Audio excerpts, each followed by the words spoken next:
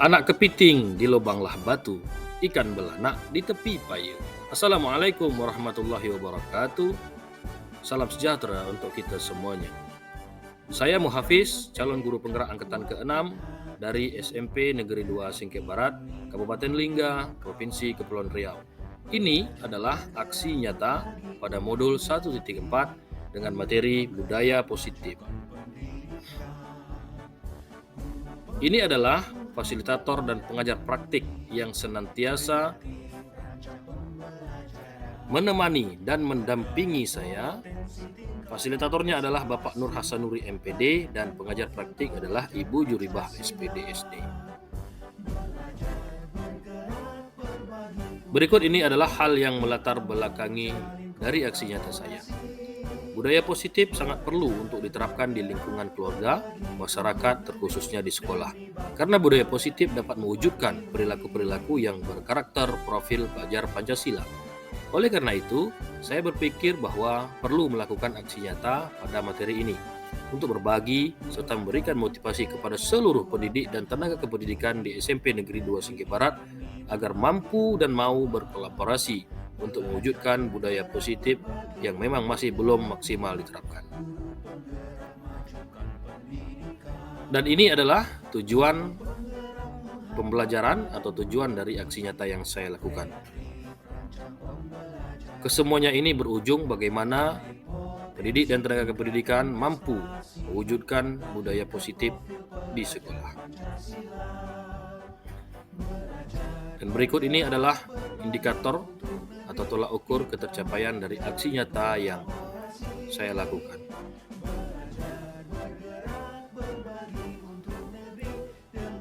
Untuk selanjutnya, marilah sama-sama kita saksikan dokumentasi sesi diseminasi budaya positif yang saya lakukan di sekolah tempat saya mengajar.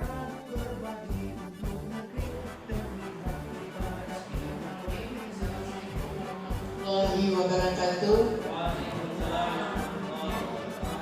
Alhamdulillahirrahmanirrahim. Wassalatu wassalamu wa ala alihi wa sahbihi ajma'in amma ba'du. Yang saya hormati Bapak Guru CGP, yang saya hormati Bapak Ibu Guru, Majelis Guru beserta staf TU. Puji syukur kita panjatkan kehadirat Allah Subhanahu wa taala karena pada hari ini kita dapat berkumpul di ruang labor dalam agenda yaitu Guru CGP sosialisasi daripada diseminasi budaya positif untuk guru CGP pada hari ini. Salawat dan salam kita atur kepada junjungan Nabi besar Nabi Muhammad SAW dengan mengucapkan Allahumma shalli ala sayyidina Muhammad wa sallim Muhammad. Adapun Ibu menyampaikan kepada Bapak Apis Muhafiz yaitu sebagai guru CGP di SMP Negeri 2 Singkil Barat dan melaksanakan aksi nyatanya yaitu budaya positif ya, aksi nyata. Dan Ibu berharap kepada Majelis Guru ini untuk CGP Angkatan 6 dan nanti dilanjutkan pada CGP Angkatan 8 yaitu Ibu Ismita dan Pak Sam, dan dilanjutkan dengan Bapak Ibu Guru yang lainnya untuk mengikuti CGP pada tahun-tahun itu. Karena apa? Karena CGP itu diperlukan di masing-masing sekolah. Dan kepada Bapak Apis untuk pertama yaitu CGP yang pertama yaitu Angkatan 6. Jadi membuat daripada aksi nyata, dan kita sebagai keluarga besar SMP 2 Singkil Barat mendukung daripada CGP Angkatan 6 ini. Itu aja yang dapat Ibu sampaikan. Tetap semangat untuk guru CGP melaksanakan lebih kurang sudah 3 bulan ya, 3 bulan dan sampai dan intinya yaitu sampai bulan Maret. Nah itu ya yang dapat Ibu sampaikan. Sambutan Ibu akhiri dengan wabillahi taufiq. Assalamualaikum warahmatullahi wabarakatuh.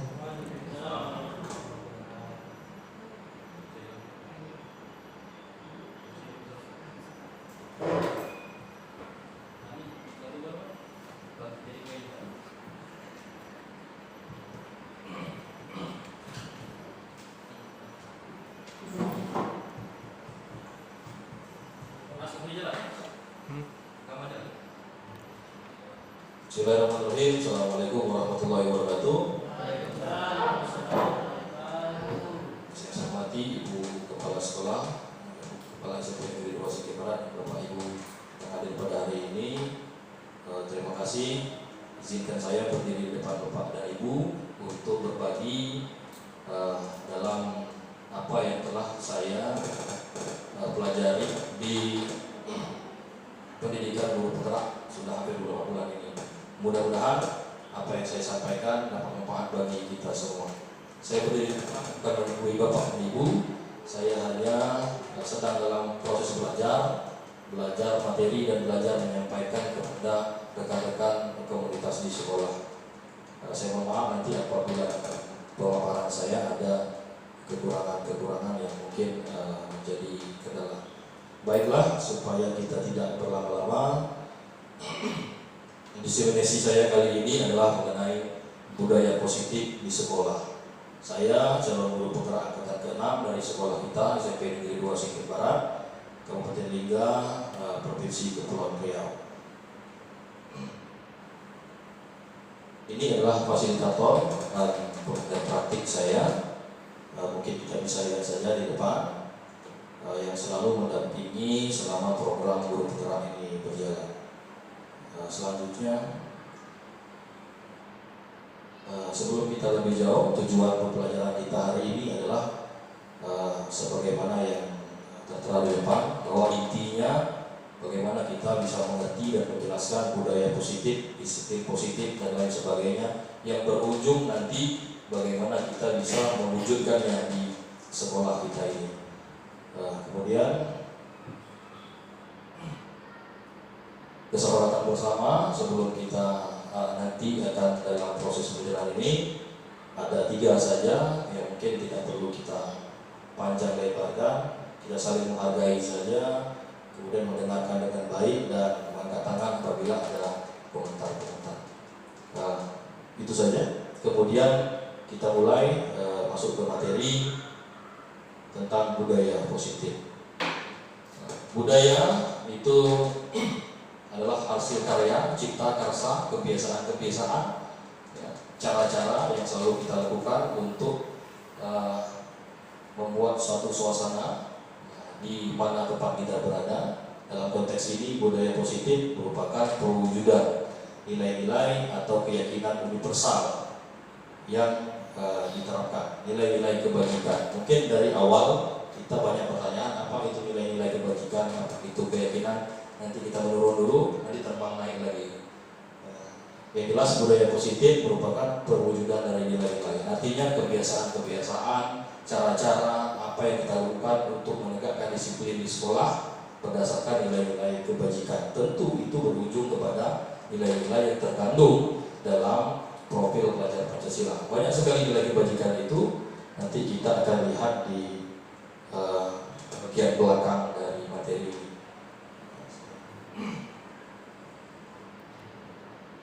Saya katakan tadi bahwa budaya positif adalah bagaimana cara kita, bagaimana kebiasaan kita untuk menerapkan kedisiplinan di sekolah, untuk menegakkan atau memunculkan motivasi dari dalam diri anak untuk berbuat baik. Nah, ada beberapa komponen atau beberapa bagian untuk menegakkan budaya positif yang dijiwai dari filosofis pikiran Ki Hajar Dewantara. Itu ada 6 bagian, dia lebih banyak lagi bagiannya.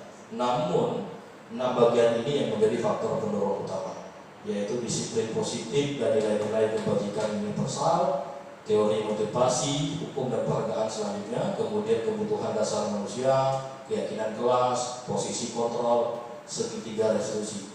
Keenam bagian ini adalah komponen atau pegangan kita sebagai seorang guru untuk menciptakan budaya positif di sekolah yang bermuara nanti dengan tingkah pola dan cara kita menangani peserta didik di sekolah. Nah, untuk mewujudkan budaya positif, faktor utama yang paling mempengaruhi adalah disiplin. Ketika mendengar kata-kata disiplin, ada 2 pertanyaan pemantik. Apa yang kita bayangkan di benak kita tentang disiplin? Apa yang terlintas di pikiran kita tentang disiplin? Itu tidak perlu dijawab, tapi cukup katakan saja. Ada yang berpikir bahwa disiplin itu adalah tata tertib. Ada yang pikir bahwa disiplin itu taat hukuman, memberi hukuman, siswa patuh terhadap peraturan dan lain sebagainya. Ternyata Ki Hajar Dewantara punya pandangan tersendiri tentang disiplin, bahwa disiplin itu adalah perbuatan baik atau perbuatan positif, sikap positif dari seseorang untuk melakukan kebaikan-kebaikan yang dimana itu muncul dari dalam diri, bukan karena dorongan luar diri. Ketika orang mentaati peraturan, ketika orang takut dengan hukum, itu adalah bukan konteks disiplin menurut Ki Hajar Dewantara. Karena orang berbuat baik karena dorongan dari luar diri. Tetapi disiplin menurut Ki Hajar Dewantara, perbuatan-perbuatan positif, baik, mulia, itu tumbuh atau merupakan cerminan atau motivasi dalam diri seseorang. Tentu kebaikan-kebaikan itu dasarnya pada nilai-nilai kebajikan universal. Timbul pertanyaan, nilai kebajikan universal itu apa? Kita akan lihat pada bagian selanjutnya.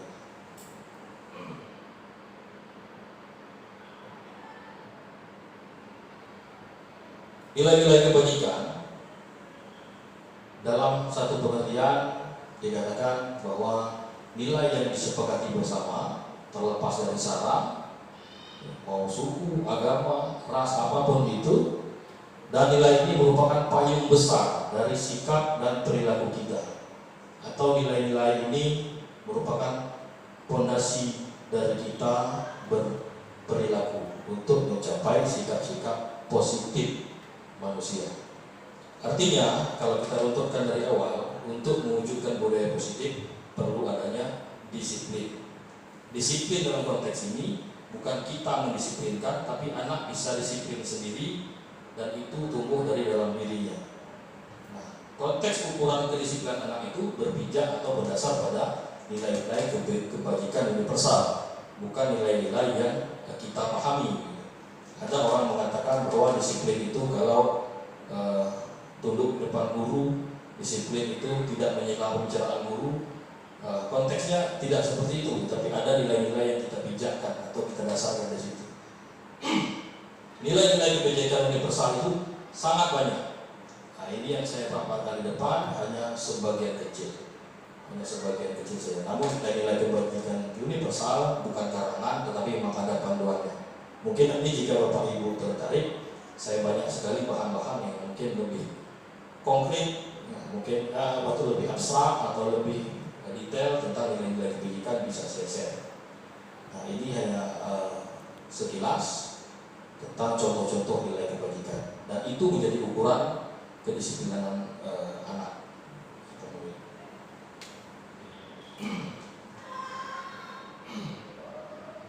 Nah, sebelum lebih jauh kepada Bapak dan Ibu, saya paparkan diseminasi ini dengan cara yang sangat sederhana sekali.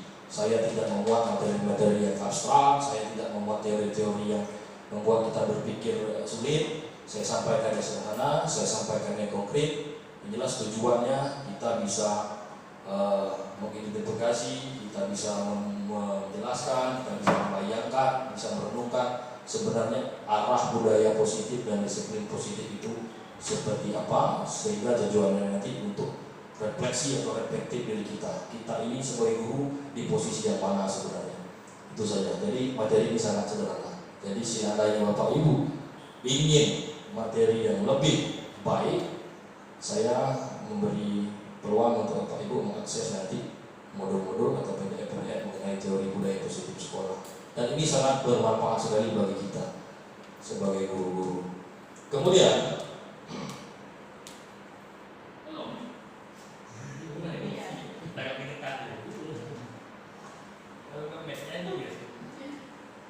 kemudian berbicara tentang motivasi, berarti motivasi anak untuk berbuat kebaikan, itu ukuran disiplin. Nah, setiap orang berbuat kebaikan itu menurut ahli itu, namanya Dian dosen, ada 3 motivasi perilaku manusia untuk berbuat sesuatu atau atau berbuat baik. Ukurannya ada 3. Sebenarnya ukurannya banyak, tapi disederhanakan sesuai konteks lingkungan sekolah. Pertama, ada orang yang termotivasi berbuat sesuatu kebaikan untuk menghindari ketidaknyamanan atau hukuman. Nah, dan ini bukan masuk ke ranah budaya positif. Kita melihat bahwa ada anak itu atau kita sendiri berperilaku baik. Ya, kita misalnya anak datang tepat waktu, anak berpakaian rapi, tapi semua itu dilakukan karena dia takut dimarah guru, karena takut dihukum guru. Nah, dalam konteks budaya positif ini kalau bisa dihindari, karena anak berbuat baik dibayang-bayangi oleh hukuman. Ketika tidak ada hukuman, tidak ada aturan, lepas daripada lingkungan itu, maka anak tidak berbuat baik pada konteks teori ini. Mungkin nanti kita reflektif saja di belakang. Saya yakin kawan-kawan banyak punya pertanyaan dan tanggapan. Nanti ada bagian reflektif. 3 motivasi manusia. Ada orang manusia berbuat baik karena takut dimarah, takut dihukum, maka dia berbuat baik.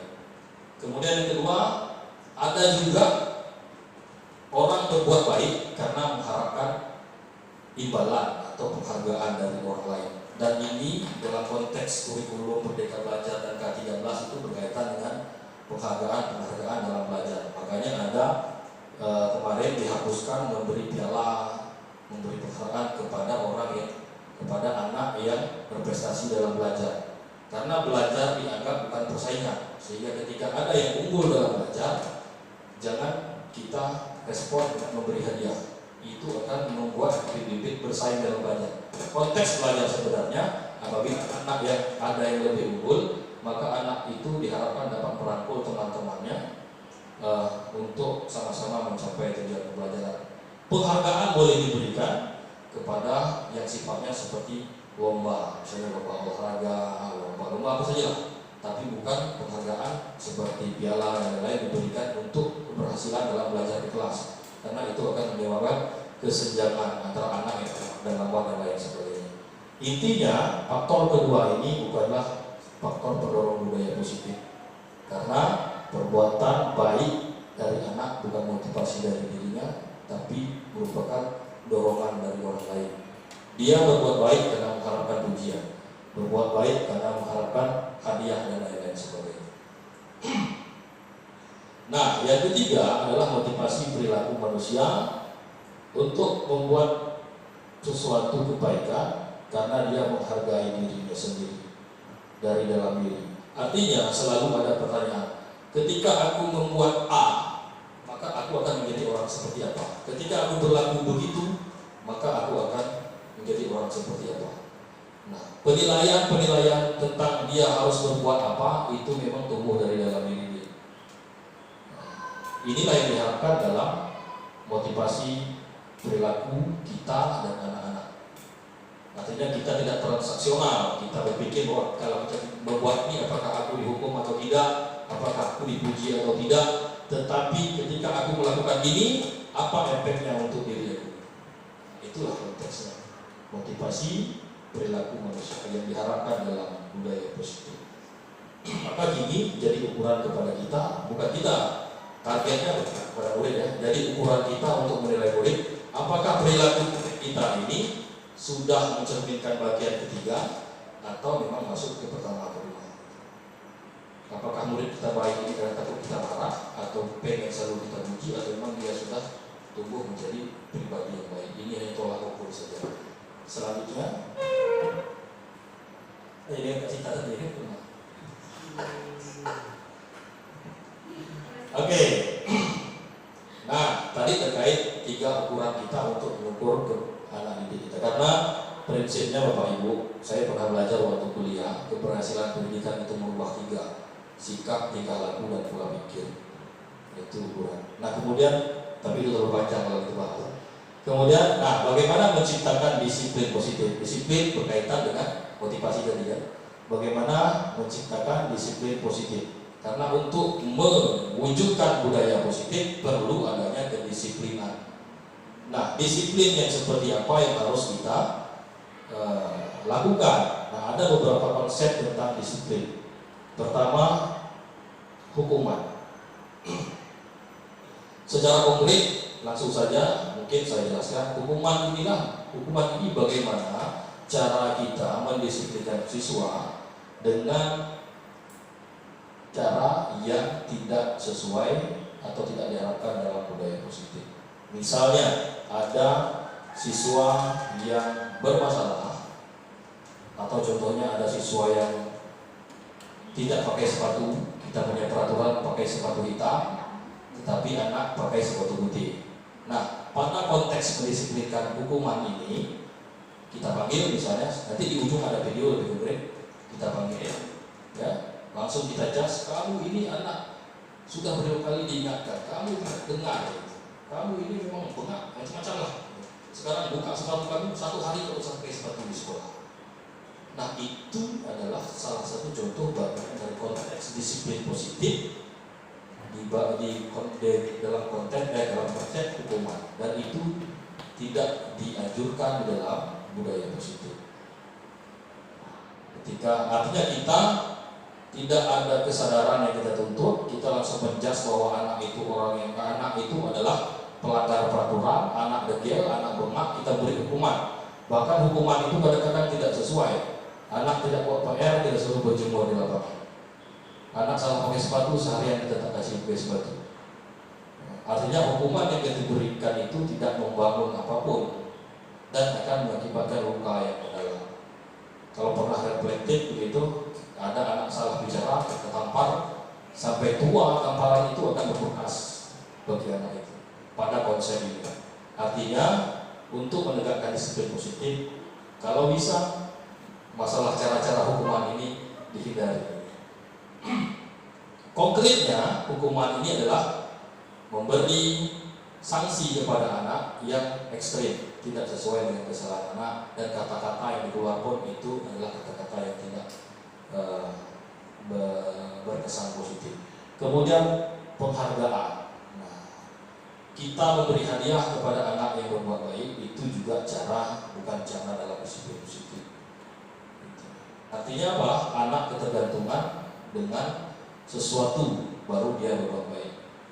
Nah, misalnya kita kasih penghargaan, ya kan? Siapa yang bisa berbuat baik kita kasih hadiah. Maka anak-anak berlomba untuk berbuat baik. Tapi perbuatan baik itu ya bukan tujuannya untuk menghargai dirinya, tapi untuk mendapatkan hadiah. Kebiasaan itu akan berlarut panjang. Nah, selanjutnya konsekuensi. Nah, konsekuensi ini dia transaksional, kelihatannya logis, tetapi konsekuensi juga tidak masuk ke dalam disiplin positif. Contoh dari konsekuensi, mungkin sampai saat ini Bapak Ibu, kata orang belajar itu ibarat burung terbang, belajar terbang, baru-baru di tahap awal jatuh dulu, bingung dulu, nanti di ujung kita harapkan mudah-mudahan kita bisa paham. Nah, konsekuensi itu transaksional guru antara siswa. Hukuman yang diberikan atau penegakan disiplin yang diberikan kelihatannya logis, kelihatannya masuk akal, kelihatannya baik, tetapi efeknya sebenarnya tidak dapat mewujudkan budaya positif. Misalnya, kita punya peraturan di sekolah. Setiap anak yang salah pakai sepatu hitam harus menyiram bunga. Itu sudah jadi peraturan misalnya. Ketika kita ketemu dengan anak yang pakai sepatu, langsung kita panggil anaknya, misalnya, kenapa kamu pakai sepatu lain? Kan harusnya warna hitam. Nah, berarti kan tahu kan, kamu telah melanggar peraturan sekolah. Tahu Pak, tahu Bu. Berarti apa yang harus kamu lakukan? Nyiram bunga Pak, nyiram bunga. Ya sudah, siram bunga saja. Artinya hukuman kita ini tidak mengada-ngada, memang kalau tertib sekolah. Tapi kita transaksional, ini kesalahan, ini hukuman, ini kesalahan, ini hukuman. Nah, dalam budaya positif ini juga kalau bisa, contoh, misalnya anak tidak membuat PR, berarti jam istirahat dia tidak boleh istirahat, dia harus bikin PR. Ya sudah, kalau tak bikin tugas, nah berarti jam istirahat, kalau tak boleh istirahat dia buat tugas. Nah, artinya kita itu bagus menegakkan peraturan, tapi tidak ada efek positifnya. Salah sanksi, salah sanksi.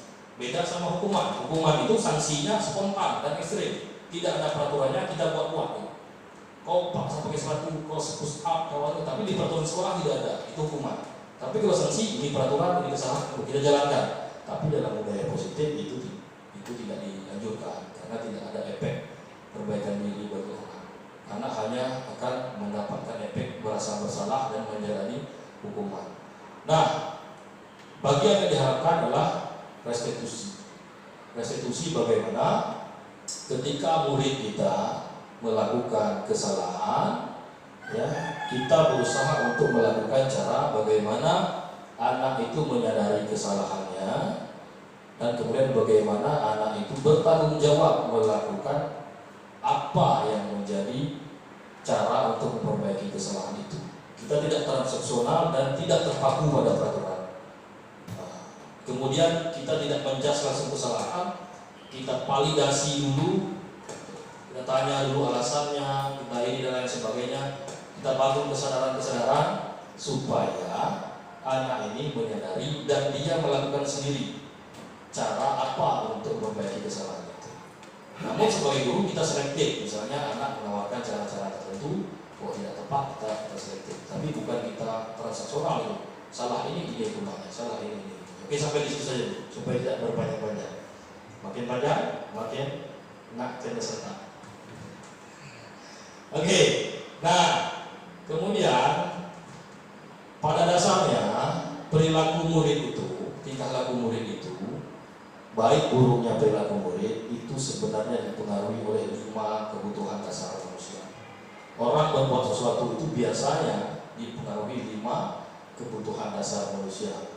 Ada kebutuhan bertahan hidup, ada kebutuhan kasih sayang, ada kebutuhan penguasaan, kebebasan dan lain sebagainya.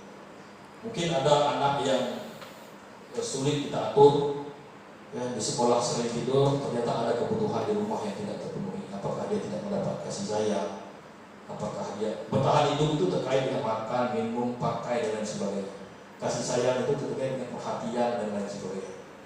Penguasaan itu terkait dengan rasa dihargai di sekolah dan lain-lain sebagainya. Nah, 5 kebutuhan inilah sebenarnya yang mempengaruhi murid kita yang bertingkah laku. Karena Tuhan tidak menciptakan anak murid itu menjadi penjahat.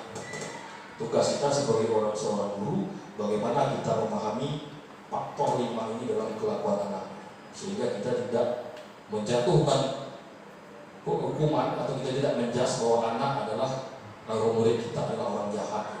Kita harus gali itu. Itu ada kasus satu di Tribun Palu, ya, ada anak yang berkasus sama polisi, ternyata setelah diselidiki ada dokumen-dokumen, gambar-gambar anak, ternyata anak itu melakukan seperti itu ada karena kebutuhan kasih sayang yang tidak terpenuhi. Nah, jadi diharapkan kepada kita sebagai guru, ketika ada anak yang bermasalah, kita harus tegakkan disiplin positif karena kita harus anggap bahwa kelakuan anak itu sebenarnya dipengaruhi oleh 5 hal ini. Karena kalau tidak dipengaruhi 5 hal ini, berarti kita berpikir bahwa Tuhan menciptakan murid itu menjadi seorang penjahat. Gitu. Inilah konsep dalam budaya positif. Tapi kita tidak akan bisa masuk situ kalau kita tidak memahami. Nah, ini konkretnya, secara banyaknya ada tertera nanti dalam bahan ajar. Kalau Bapak Ibu bahan bacaan kalau Bapak Ibu tertarik. Nah, silakan ketik www dan ambil presisi. Nah, selanjutnya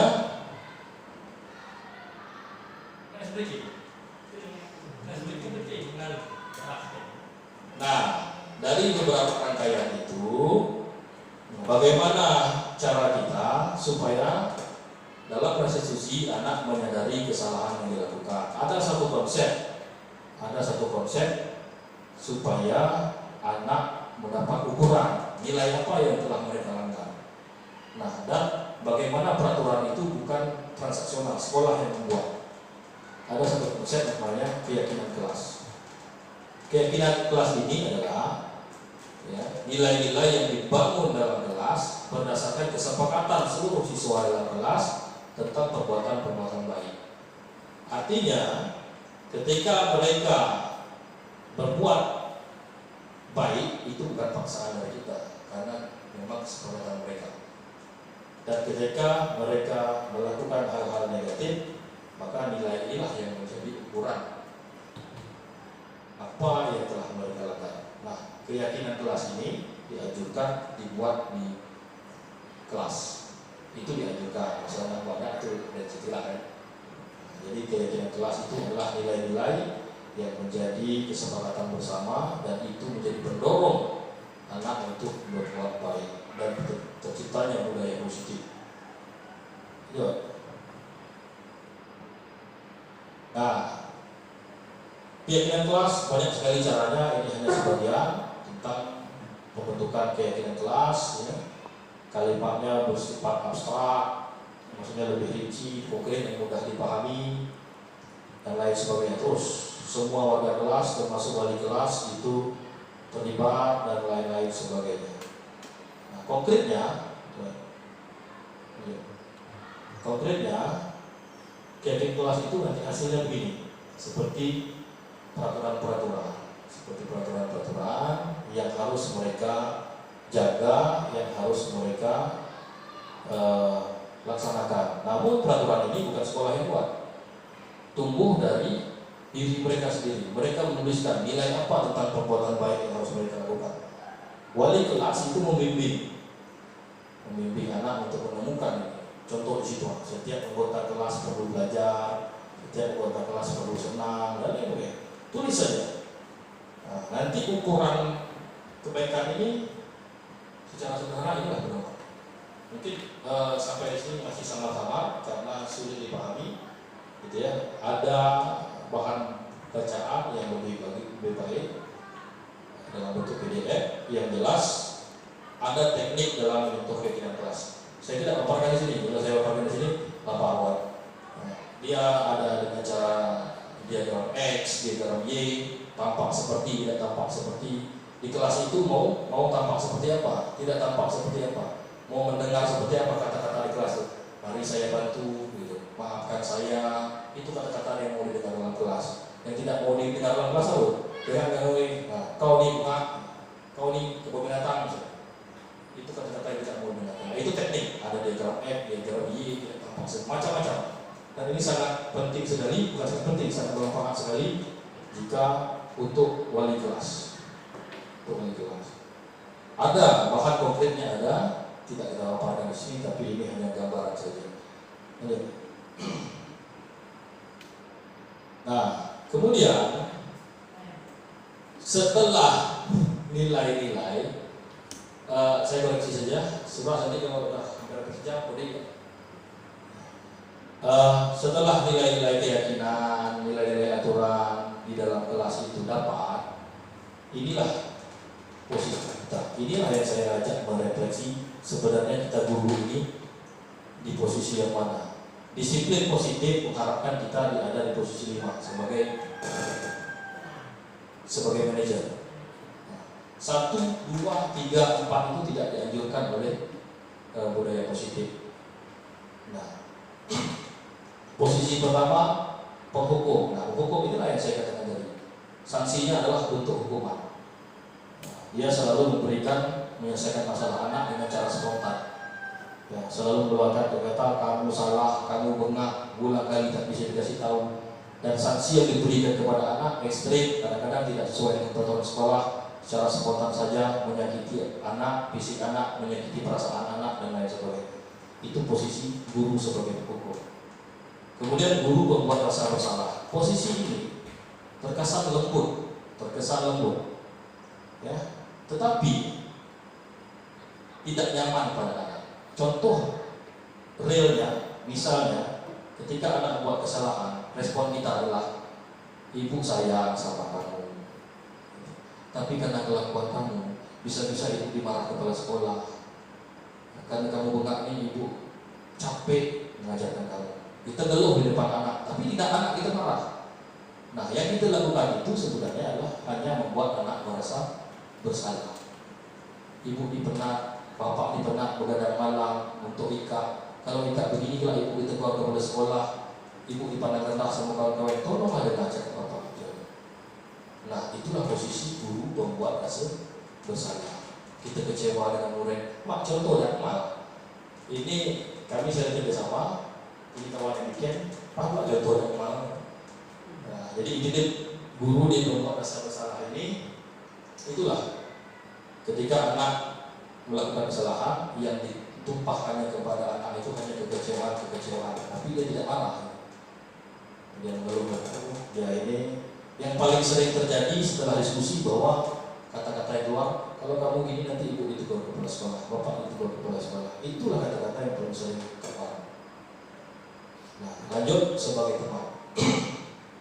Dulu saya merasa sebagai teman ini bagus, tapi setelah belajar ini ternyata kurang tepat seperti ini. Guru sebagai teman, dia tidak menyakiti murid, namun tetap mengontrol secara persuasif. Efeknya, murid akan merasa ketergantungan sama guru tersebut. Misal saya jumpa dengan anak laki-laki yang bermasalah, saya isi kaping lah misalnya. Saya bina kaping, saya dekati kaping dan lain sebagainya. Tapi efeknya apa? Kaping hanya hormat dengan saya. Ketika saya tak ada kaping dengan kaping tak respect sama guru lain, tapi respect dengan saya. Itulah hasil posisi guru sebagai teman. Kita ukurlah sendiri. Ketika berhadapan dengan saya atau dengan SME atau dengan guru lain, murid ini kok patuh sekali. Nah, tapi ketika dengan guru lain kok dia degil. Nah, itulah hasil yang misalnya saya lakukan pada posisi kontrol teman. Saya mendekati murid dengan cara yang keliru, sehingga murid merasa dekat dengan saya, patuh dengan saya, tapi dengan guru lain tidak. Seharusnya yang saya lakukan bagaimana murid itu bisa hormat kepada semua guru dan sebagainya. Nah, posisi ini kadang-kadang terkesan baik, tapi masih juga dianggap keliru. Apabila guru itu pindah atau guru tak ada, murid susah diatur. Kemudian posisi pemantau. Nah, posisi pemantau ini adalah posisi yang paling banyak terjadi atau dilakukan guru. Artinya guru ini sebagai penegak peraturan. Ketika anak melakukan kesalahan, guru tidak melakukan hal yang aneh, hukum macam-macam. Sesuai dengan apa yang diperintahkan sekolah, sesuai dengan tata tertib sekolah, begitulah guru menangani anak. Transaksional. Nah, tapi efeknya tidak ada tumbuh kesadaran pada diri anak. Nanti contohnya ada video mungkin lebih jelas. Nah, tidak ada kesadaran pada anak. Anak tidak bikin PR, ya kita tegakkan. Apa konsekuensi tidak bikin PR? Anak tidak atau lama datang sekolah, kita tegakkan. Apa konsekuensi tidak datang sekolah? Tapi hanya sebatas itu. Anak salah, kita pantau terus anak. Anak akan mendapat sanksi dari apa yang telah dilakukan, dan itu tidak nyeleneh sesuai dengan aturan sekolah. Nah, itulah posisi pemantau. Dan itu juga hampir-hampir mendekati disiplin positif. Tetapi juga tidak dianjurkan. Yang dianjurkan adalah posisi manajer. Posisi manajer ini adalah bagaimana guru menjalankan perannya untuk membuat murid merasa bertanggung jawab dengan apa yang telah dia lakukan. Contoh tadi kita ada anak kita yang berkasus itu, si Ariel itu. Nah, yang kita gali itu bukan kita menghukum Ariel, tapi yang kita gali bagaimana Ariel ini sadar bahwa apa yang dilakukan dia itu sebenarnya salah. Dan Ariel ini misalnya menemukan apa yang harus dilakukan dia setelah dia salah. Dan itu kan terlepas dari peraturan sekolah. Mungkin kalau kita kaji-kaji atau tertib sekolah berkelahi dengan guru itu ya kemana gitu, langsung kita hukum, bisa kita skor. Tapi kita bina dulu gitu, kita panggil. Nah, itulah efek. Mungkin nanti di belakang lebih selanjutnya. Namun sebelum sampai ke situ, saya tekankan tadi, saya di depan ini hanya melaksanakan program guru gerak, bukan berarti saya mengajari Bapak ini. Kita punya persepsi masing-masing. Nah, posisi manajer itu selalu memakai teknis ini, segitiga restitusi. Inilah yang diharapkan semua guru paham dan semua guru punya pegangan. Inilah pegangan dalam konteks ini. Nah, ketika menemukan anak yang bermasalah, 3 tahap inilah menjadi panduan guru untuk menangani anak yang bermasalah. Mungkin kemarin saya sharing dengan Bu Isnita, mungkin kalau kita paham betul pelaksanaan ini hasilnya baik. Kendala kita tidak memahami betul. Kendala kita tidak memahami betul segitiga restitusi. Nah, yang jelas segitiga restitusi inilah adalah guru, pegangan guru untuk menciptakan budaya atau disiplin positif di sekolah. Ada bagian menstabilkan identitas. Contoh konkretnya misalnya ketika anak melakukan kesalahan, yang kita lakukan adalah apa? Bukan mengendek kau salah, tapi kita panggil. Ini saya perhatikan sering digunakan Pak Zul. Pak Zul sering melakukan ini. Ketika menangani anak masalah, dia rekam dulu emosi anak. Awak sebenarnya gini, awak wajarlah gitu. Kelak di belakang baru tapi, nah, itu Pak Zul saya lakukan.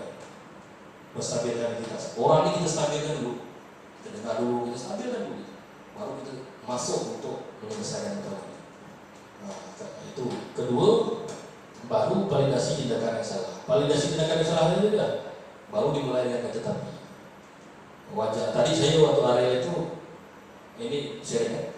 Saya coba tadi di sini, mudah hari sana. Pak dulu waktu sekolah pernah ke guru, mungkin PSMB pernah ke guru.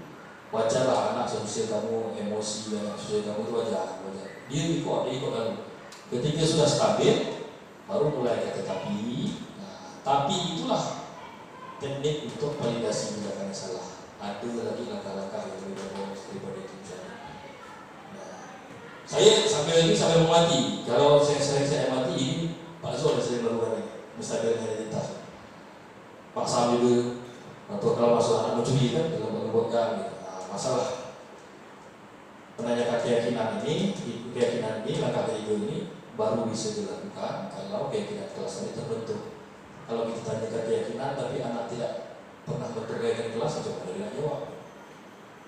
Nah, kalau peraturan sekolah bukan keyakinan, itu transaksional, makanya peraturan sekolah itu konsekuensi. Nah, dari yang telah kamu sepakati perbuatan baik tadi, yang mana itu langkah dengan apa yang dilakukan. Maka untuk menjalankan segitiga restitusi ini perlu adanya pembentukan keyakinan kelas. Nah, nanti materi yang lebih bagusnya ada di Moodle. Ini sederhana saja. Kemudian selanjutnya, nah ini sudah di ujung Pak Bu ya. Mohon maaf hari ini tidak ada minumnya. Tapi di penghujung ini mari kita lihat satu video. Video ini tidak untuk apa tapi untuk renungan saja. Sebenarnya kita sudah pada tahap yang mana.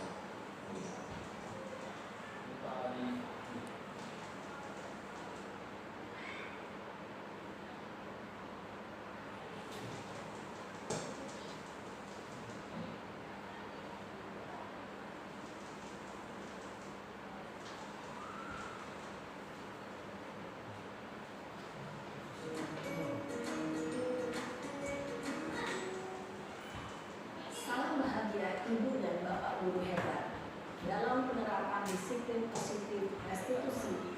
Salah satu program yang dikembangkan adalah 5 posisi kontrol. 5 posisi kontrol dalam restitusi adalah proses perjalanan seorang pendidik agar dapat mengenali dirinya. Pada video kali ini kita akan membahas tentang 5 posisi kontrol yang dikembangkan oleh Diane Gosser dan contoh penerapannya.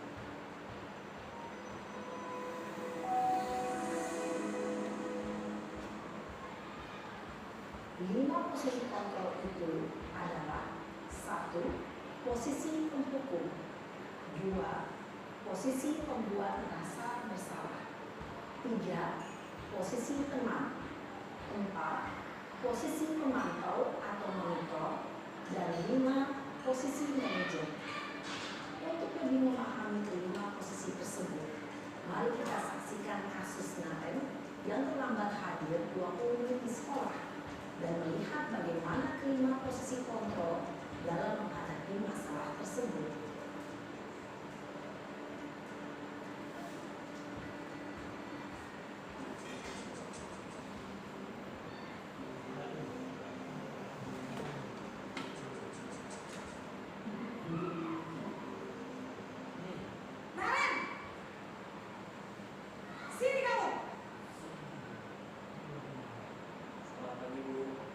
Selalu terlambat.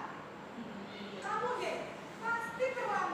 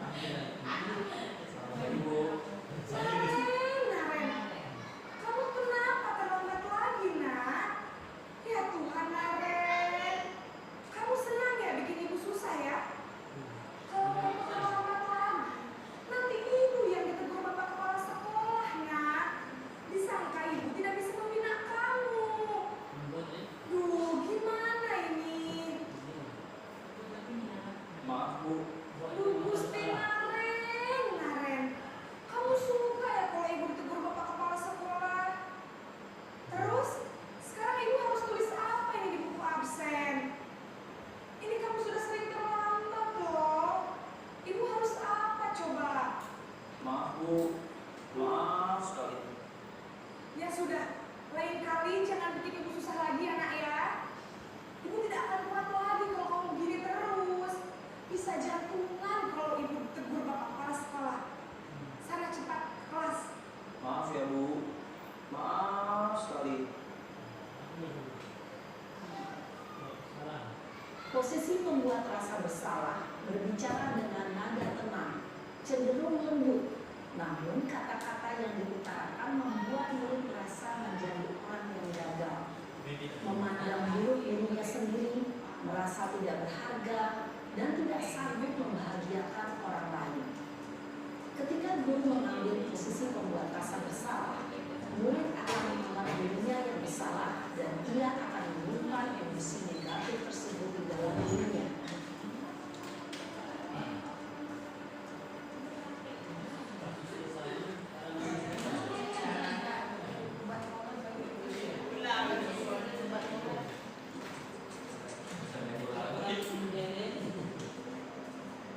Naren,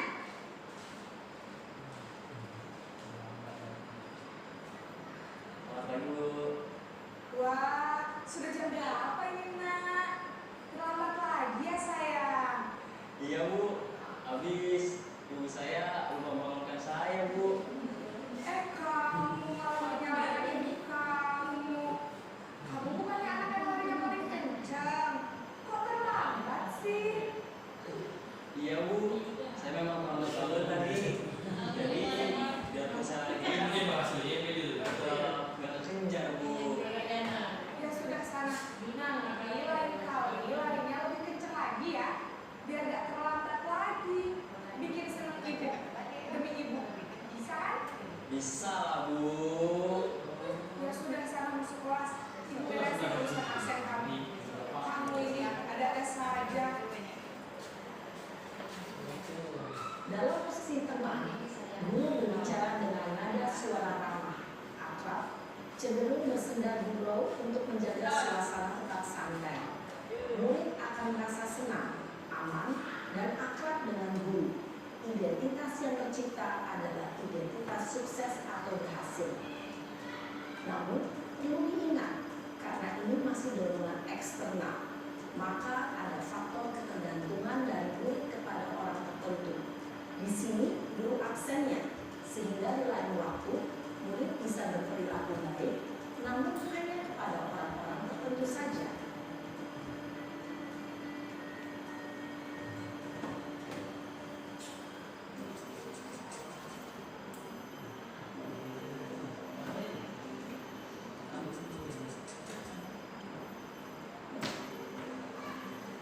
Naren, Selamat pagi Bu. Naren, apa peraturan sekolah kita tentang jam berapa kita harus masuk sekolah nak? Kita harus di sekolah jam 7 Bu. Iya betul, sekarang sudah jam 7.20. Naren sudah tahu konsekuensinya jika terlambat hadir.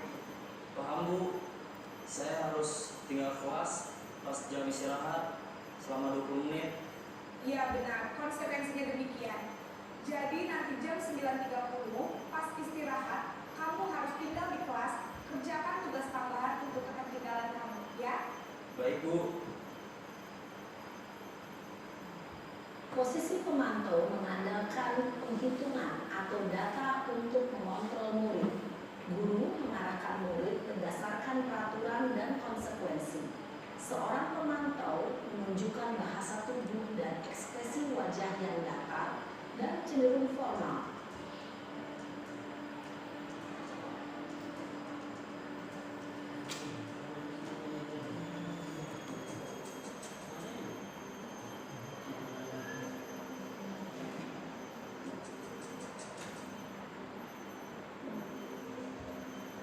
Naren,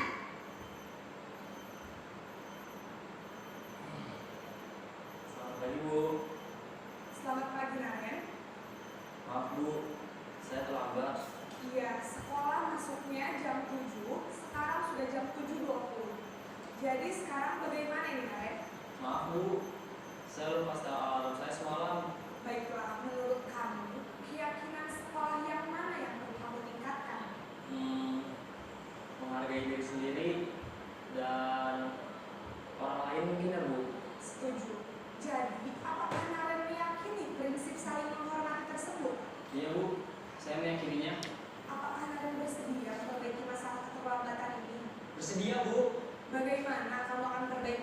keterlambatan ini?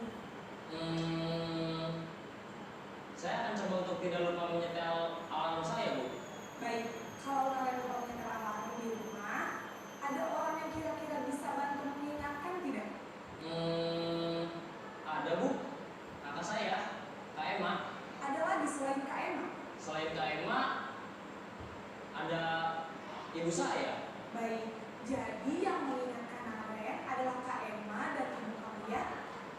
Kira-kira akan mulai setel alarm kapan nih Naren? Setelah pulang sekolah, akan segera saya lakukan.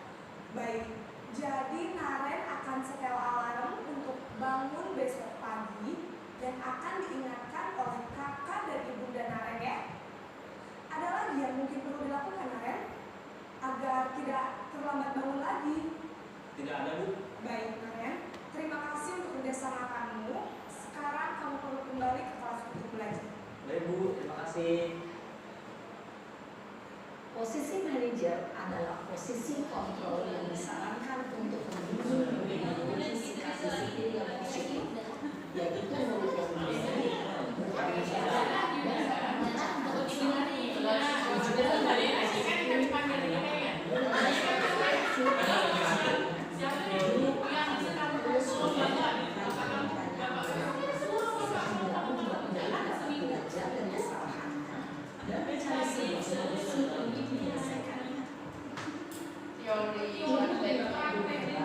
setelah mengamati adegan kelima posisi kontrol tadi, kira-kira posisi mana yang ideal? Memerdekakan murid, perjalanan seorang pendidik.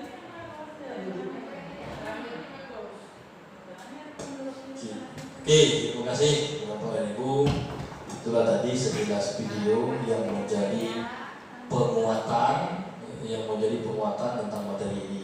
Nah, hal-hal itu tadi sebenarnya yang dianjurkan oleh dalam konsep Merdeka Belajar ya.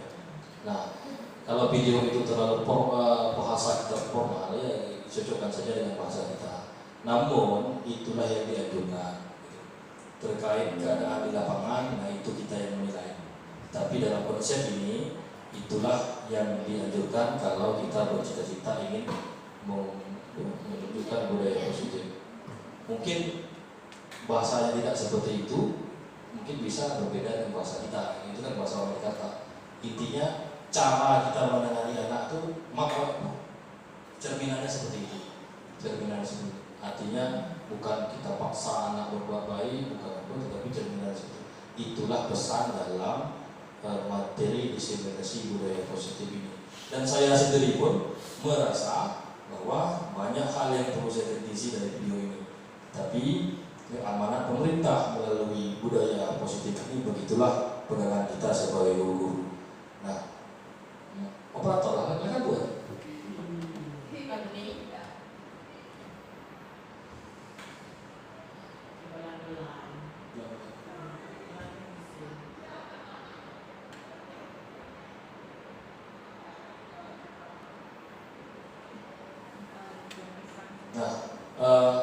Mungkin itu saja yang bisa saya sampaikan di simulasi kali ini. Yang jelas poin pentingnya yang belum tampak dari sekolah kita adalah keyakinan kelas dan keyakinan sekolah. Itu saja yang belum tampak. Walaupun sebenarnya sudah ada secara penerapan, sudah ada secara abstrak, tapi secara realnya tertulis belum ada. Sehingga anak tidak punya ukuran apa keyakinan kelas, apa keyakinan sekolahnya. Karena selama ini hal-hal itu hanya timbul dari mulut kita, dari percakapan kita. Tapi secara realnya tidak ada. Mungkin itu terkait pelaksanaan 5 posisi kontrol, kita lah merenung bagaimana posisi kita. Nah, di akhir ini refleksi ini kita bagi dari 2 bagian, dari saya dan dari Bapak Ibu. Kalau dari saya, dalam penerapan segitiga restitusi tadi, ada meredam anak dulu dan lain sebagainya, dan posisi manajer itu sudah saya coba. Namun sampai hari ini saya belum menemukan benang merahnya untuk keberhasilan. Tapi akan saya coba terus, karena berdasarkan sharing saya tidak atau belum memahami betul posisi manajer itu seperti apa. Biasanya ini dikuasai oleh orang-orang sudah senior. Nah, Kemudian pribadi saya merasa saya masih ada di posisi pendukung, kadang-kadang di posisi teman. Bahkan saya pernah menyimpulkan bahwa sharing dengan Pak Sam, kok kenapa dengan Pak Apis sangat mudah diatur? Berarti ada yang salah dengan saya, karena saya membuat kesan posisi teman gitu. Nah, kemudian posisi pemantau pun pernah saya lakukan. Nah, mudah-mudahan kita sama-sama bisa beranjak kepada mengambil makna dari posisi manajer, walaupun tidak dalam semirip video itu, tapi cara kita lagi. Nah, kemudian saya berharap kepada Bapak Ibu untuk membantu satu orang ingin merefleksikan dari apa yang kita sajikan hari ini. Mungkin bagi Bapak Ibu yang ingin refleksi, saya persilakan untuk kata-kata.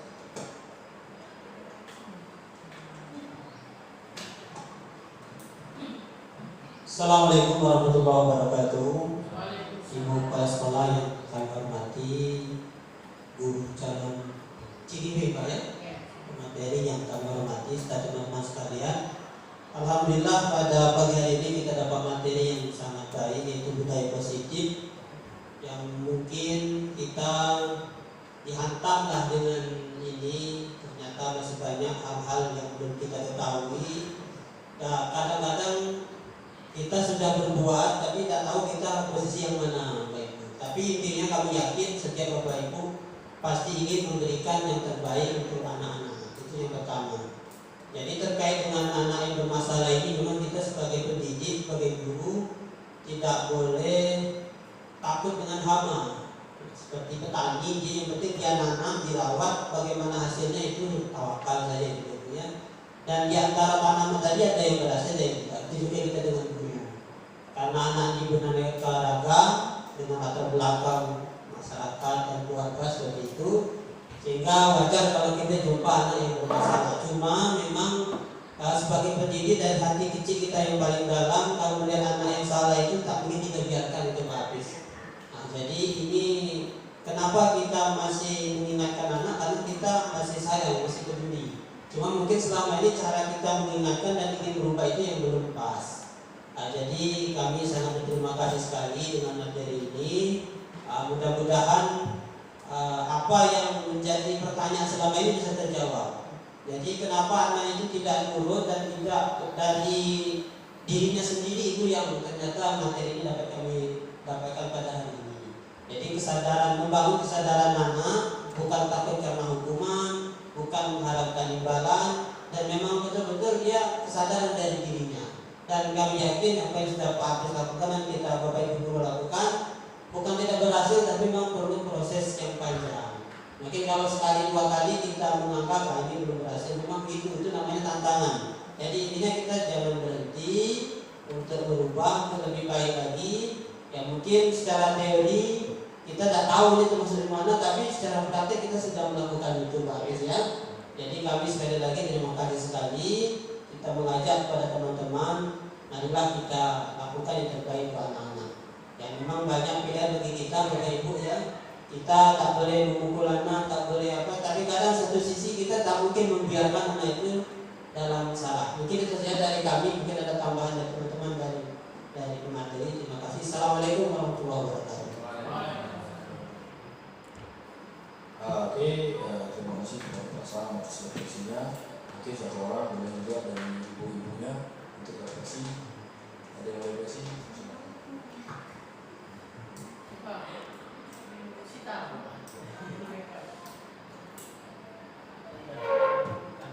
Semoga pada salam sejahtera buat kita semua. Terima kasih buat CKP yang sudah memaparkan kepada kami tentang budaya positif. Memang benar ketika kita sebagai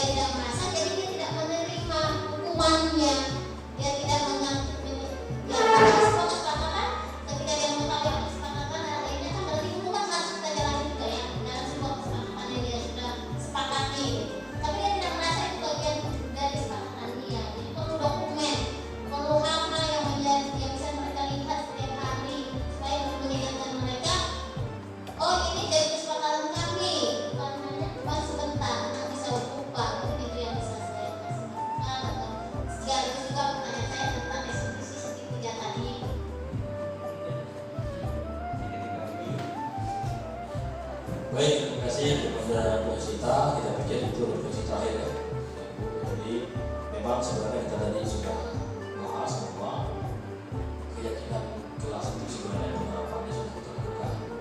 Cuma secara wujud dan dokumentasi itu belum sama, baik yang sekolah maupun yang yang kita tahu bahwa proses budaya positif di keyakinan kelas ini masih ada yang kurang. Nah, kemudian masalah segitiga restitusi itu ya berkaitan dengan tadi, bahwa sulit kita tegakkan karena anak-anak sendiri pun kadang-kadang lupa dengan apa keyakinan yang sudah. Makanya sebenarnya pertanyaan itu sudah terjawab juga. Maka kita bentuk dokumen itu agar selalu diingat dan selalu dipandang. Kemudian menegakkan segitiga restitusi itu kan tantangannya dialog. Kalau anak kota bisa kita ajak dialog, kalau anak kampung kita ajak dialog itu macam mana? Makanya kesimpulan saya kan caranya terserah kita lah, penting maknanya tercermin dari situ. Mungkin itu saja Bapak dan Ibu, saya berterima kasih sekali hari ini kawan-kawan semua yang bersedia mengikuti program ini, di mana saya pun di tahap belajar. Bapak Ibu juga semua yang mendengarkan misi saya, artinya sebenarnya kita ingin sharing, cuma karena tentunya harus sebelah ini ya inilah. Lebih lagi kepada Ibu Kepala Sekolah yang sudah mendukung kegiatan ini. Mungkin di akhir kita renungkan saja apa yang sudah bisa kita lakukan sebagai guru, pegangan mana, posisi mana yang selama ini kita pegang. Nah, itu saja. Terakhir saya ucapkan terima kasih, semoga bermanfaat. Ini adalah diseminasi pada pendidikan program guru penggerak. Terakhir saya ucapkan sebesar-besarnya bila ada kesalahan, bila ada kekurangan. Assalamualaikum warahmatullahi wabarakatuh.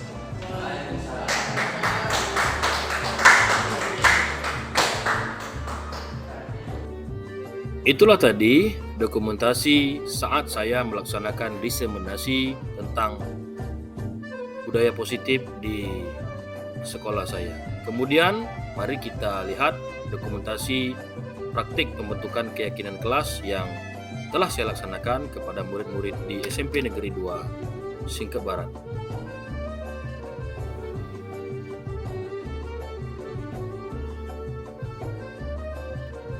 Dalam pembentukan keyakinan kelas ini, saya menggunakan beberapa cara.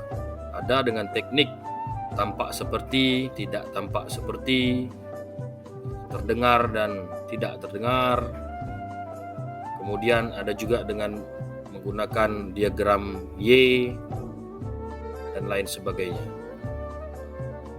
Para murid sangat antusias dan senang sekali saat melakukan praktik pembuatan keyakinan kelas ini.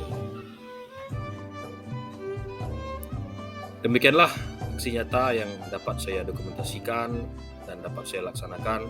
Semoga bermanfaat bagi kita semua. Salam guru penggerak, majulah pendidikan Indonesia. Assalamualaikum warahmatullahi wabarakatuh.